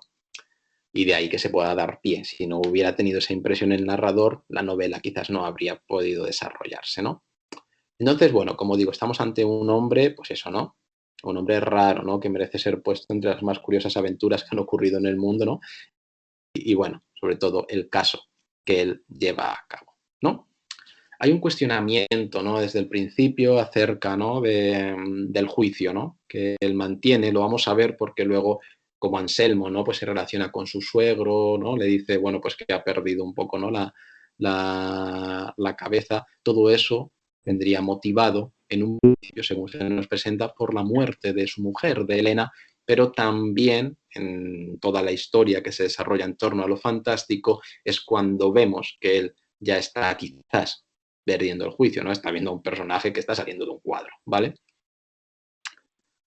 Entonces, es muy interesante porque dice eso, ¿no? Dice, yo soy esclavo de esto, ¿no? Desde niño vengo padeciendo los estragos de mi imaginación. Como veis, ya no solo estamos ante la realidad perceptible, ante lo tangible, sino que la imaginación está entrando. Es decir, tenemos un elemento para dar pie a lo fantástico, ¿no? La imaginación en Anselmo es tan amplia que en 50 años le ha permitido vivir 300, ¿vale? Entonces, incluso, ¿no? Anselmo, que vive en una casa recogida, ¿no? Muy chiquitita, ¿no? Le dice, bueno, pues dice, no te he hablado, ¿no? Le dice al narrador de mi palacio, dice, sí, dice ligeramente, ¿no? Pero bueno, ¿no? Esa fantástica pintura que hacía de su casa, es decir, como vemos lo fantástico en este sentido es muy explícito porque aparece, ¿no? Dentro de la propia verbalización, de la propia narración que hacen los personajes, en este caso el personaje narrador, ¿vale? Es decir, es un hombre que es bastante fantasioso, ¿no? Es un hombre que parece que no tiene una relación muy estable con la realidad.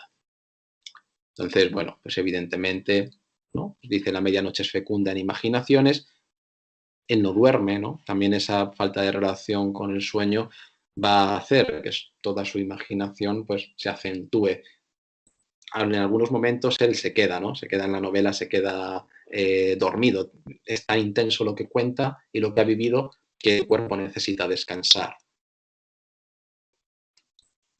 Ya se nos presenta el suceso como extraño, ¿vale? Entonces, es muy interesante que cuando estamos hablando de esto lo tengamos claro, ¿no? El hecho, nosotros podemos intuirlo como raro, como extraño, como podemos intuirlo como fantástico, pero la propia novela ya se encarga, ¿no? Y el propio narrador ya se encarga de decirnos que lo que vamos a escuchar, como mínimo, no tiene una relación directa con la realidad, ¿no? Nos va a hacer que nos replanteemos quizás en algún momento esa realidad, ¿no?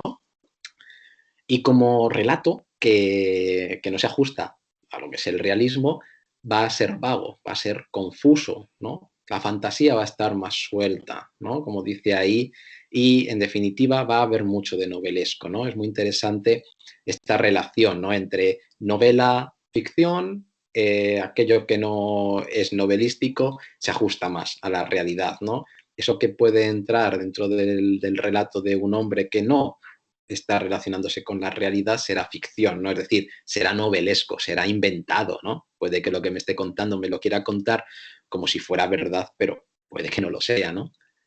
Entonces, en ese sentido, cuando empieza a contar la cuestión de los cuadros, dice que, bueno, que el cuadro de París y Helena, ¿no? Reposando en una fresca gruta de la isla de Cranae, ¿no? Pues está tan bien pintado, ¿no? Se le ha dado tal animación que parece que habla, ¿no? Parece que infundía, ¿no? A Helena sus pérfidos pensamientos, ¿no? En este sentido, pues, tenemos que pensar, ¿no? En esa dualidad de Helena, ¿no? Tanto de la Helena mitológica como de la Helena, mujer de Anselmo, ¿no? Claro, evidentemente todo esto no sería posible si no hubiera un tema que responde a la realidad, ¿no? Y además que ya lo hemos enunciado antes, intertextual totalmente con la obra de Cervantes, que es la del celoso, ¿vale? Es decir, se adoraba a mi esposa y tenía celos hasta del aire que respiraba, ¿no? Porque, bueno, se casa con ella sin haber sido novios, ¿no? Es un apaño el matrimonio y bueno, pues parece que hay también ese miedo de perderla. Entonces hace incluso igual que el celoso extremeño, ¿no? Dice, me ocurrió que debía ser un tirano para ella, la encierra, ¿no? Si recordáis en el celoso extremeño, ese encierro se producía, ¿vale? La dejaba solo salir, el personaje de Cervantes, para ir a misa.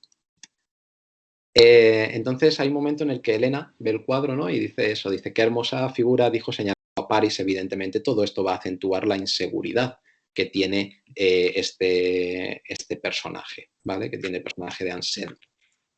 Y entonces le dice, ¿no? Dice que vio, ¿no? Cuando dice que va a ver a París, ¿no? Dice, vi, duda, ¿no?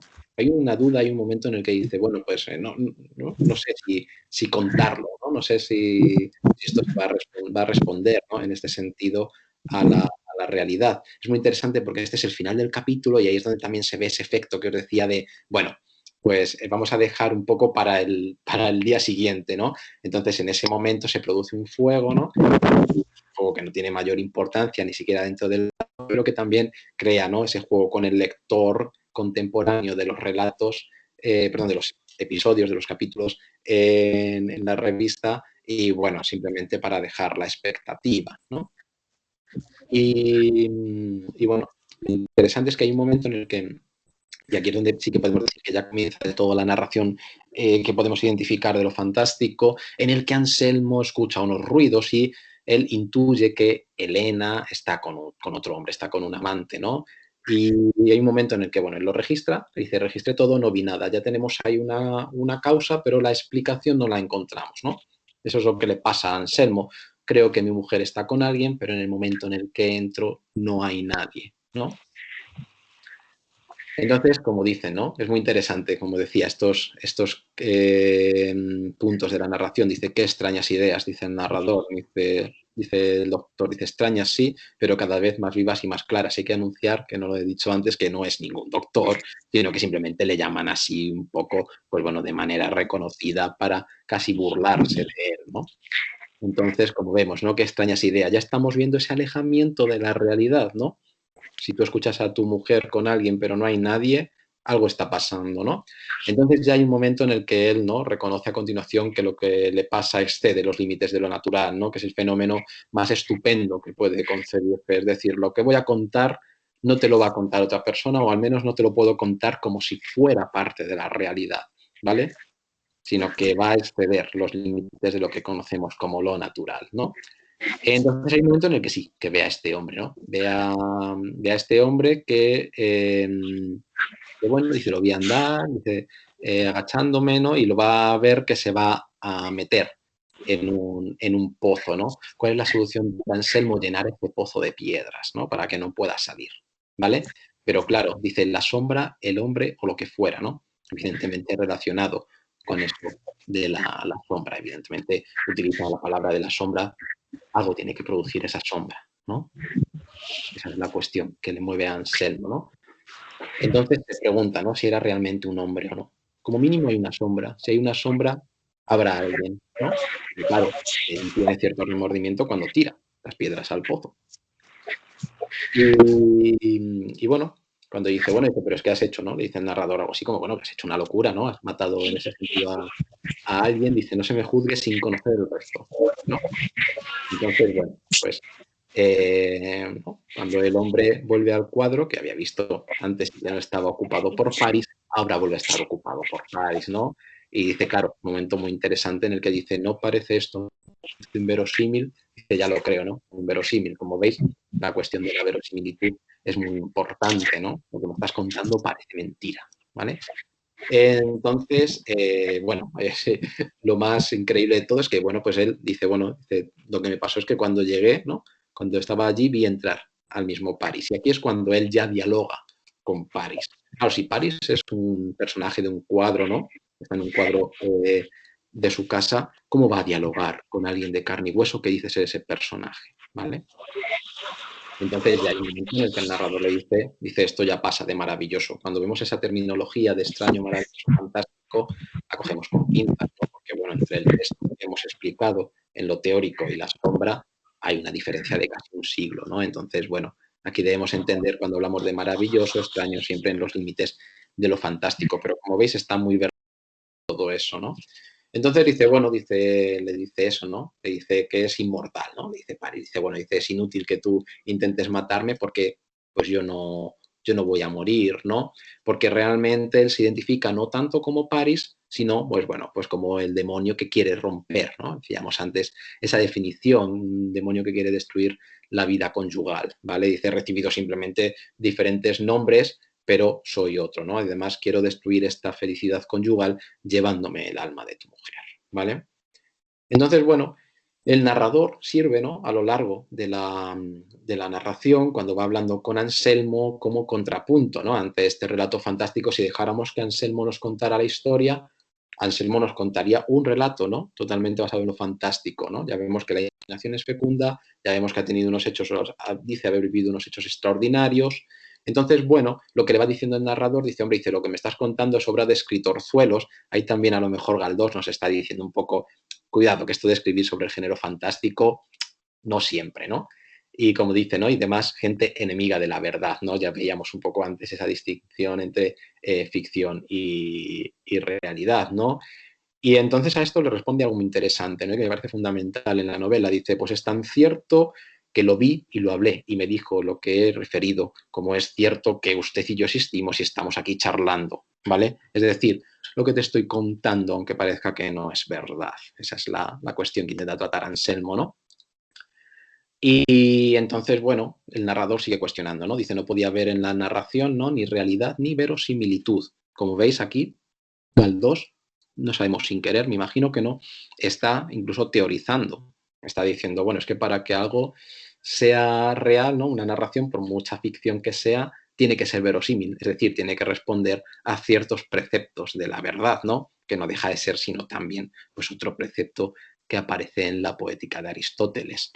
Entonces, bueno, pues se plantea esta cuestión ya de matar, ¿no? De matar a Paris, ¿vale? Y Paris lo va a decir, ¿no? Dices que yo soy inmortal, le va a insistir en esa idea, ¿vale? Y entonces, bueno, hay un momento en el que esta cuestión, ¿no? Sucede, mata a Paris, o cree matar a Paris, pero claro, dice, en el momento en el que quedo, ¿no? Como veis, es una persona que ha estado totalmente despierta o totalmente dormida durante mucho tiempo, está Anselmo, ve a Paris aparecer, ¿vale? Entonces dice, bueno, dice, estoy viendo a Paris además normal, es decir, Paris le va diciendo constantemente lo único que se va cumpliendo, es decir, no puedes acabar conmigo, ¿vale? Y me parece muy interesante esto también, ¿no? Porque hay un momento en el que dice Anselmo, bueno, si el problema es que tú estás aquí, yo me voy. Como yo me voy, ya no hay ningún problema. Pero claro, le dice Paris, dice, si no, dice, si te dejas aquí el entendimiento y la fantasía, ¿no? Lo que te distingue de la bestia, dice, vete, dice, no pasará nada, ¿no? Dice, pero yo estaré contigo, ¿no? Es decir, también podemos ver de una manera quizás más indirecta cómo este Paris realmente va a acompañar siempre a Anselmo porque va a ser producto de su imaginación, ¿vale? Entonces, hay un momento, como decía antes, que ya casi al final de la novela habla con el suegro y le dice eso, ¿no? Dice, todos en la casa dicen que estás loco, ¿no? Esta cuestión ya veíamos, ¿no? Un poco cómo se podía tratar en esas combinaciones que hacíamos entre lo extraño, lo maravilloso y lo fantástico. Perdón, pero bueno, ¿no? Una explicación que se puede dar, ¿no? Quizás es que estás loco, ¿no? ¿Vale? Entonces, se lo recuerda el suegro, ¿no? Parece que los que están cuerdos traer a Anselmo, ¿vale? Y entonces aquí es donde aparece, como digo, esta parte que quizás a mí me parece, ¿no? Quizás menos lograda dentro de la novela, que es cuando entra este Alejandro, ¿no? Que es un amigo, ¿no? De la familia, que va a generar ciertas habladurías porque la gente va a empezar a decir, bueno, ¿no? Es que realmente Elena sí que tiene un lío, pero lo tiene con este Alejandro, ¿no? Aunque se diga, en un principio se habla bien de él, de ahí que también, como digo, esta construcción que hace Galdós, bueno, en un principio lo plantea como alguien bueno, pero luego se ve que es un poco golfo, ¿no? Entonces, bueno, aquí es donde sí que sirve, ¿no? Para que Galdós pueda adentrarse en el mundo del doble, ¿no? Es decir, dice Alejandro y Paris son dos personas distintas, del que yo he visto representación o remedo del primero, ¿vale? Son dos personas distintas, pero si tú a Paris no lo puedes ver, ¿a quién estabas viendo? ¿Estabas viendo a Alejandro? Esa es la pregunta, ¿no? Entonces, bueno, pues hay un momento en el que incluso, ¿no? Pues ve que es Paris quien le va a sostener cuando tiene estas agitaciones y muere Elena, ¿no? Entonces dice, bueno, dice, cuando la figura de Paris apareció a usted en su cuarto, dice el narrador, dice, el caso podía pasar por una creación, ¿no? De la fantasía, dice, de usted, ¿no? Un extravío de su entendimiento, aunque rarísimo, suele haber casos en que una imaginación enferma produce esos fenómenos que no tienen realidad externa, sino únicamente dentro del individuo que los produce, ¿no? Es decir, al fin y al cabo, vamos a intentar buscar una explicación para aquello que parece fantástico, ¿no? Pues no lo sea, ¿no? Y responda a la realidad, ¿no? En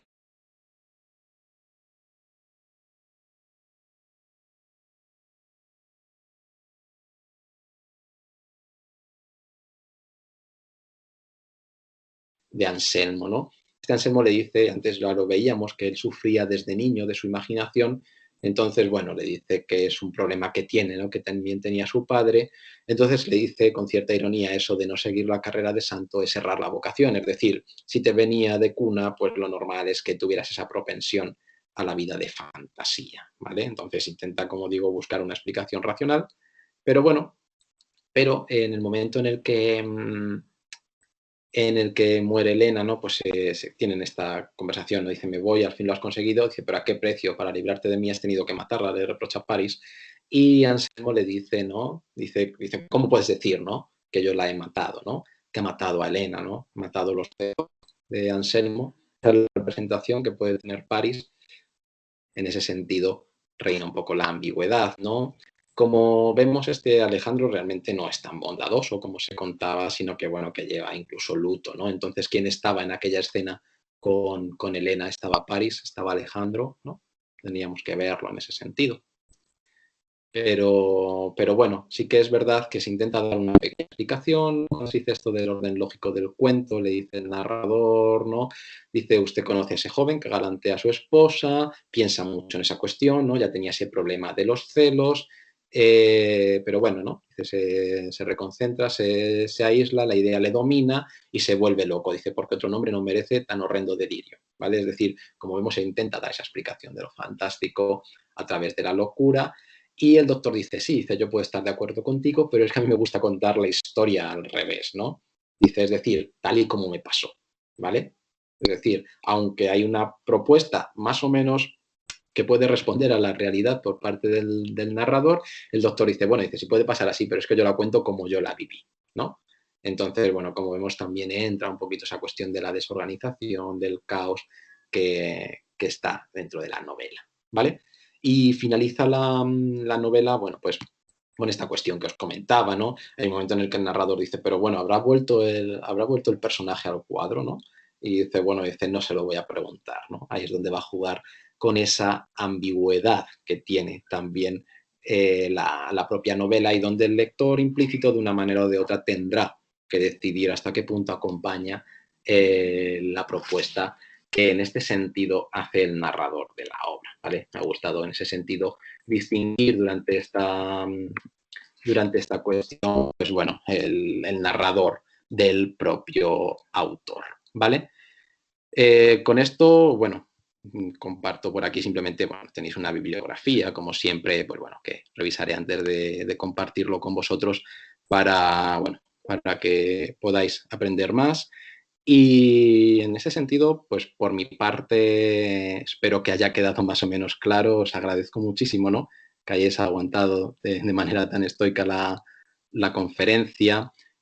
No sé si se abre normalmente algún turno de preguntas o tenéis alguna cuestión. Es verdad que bueno, sois muchísimos, pero a lo mejor alguien quiere preguntar alguna cosa. Entonces, pues si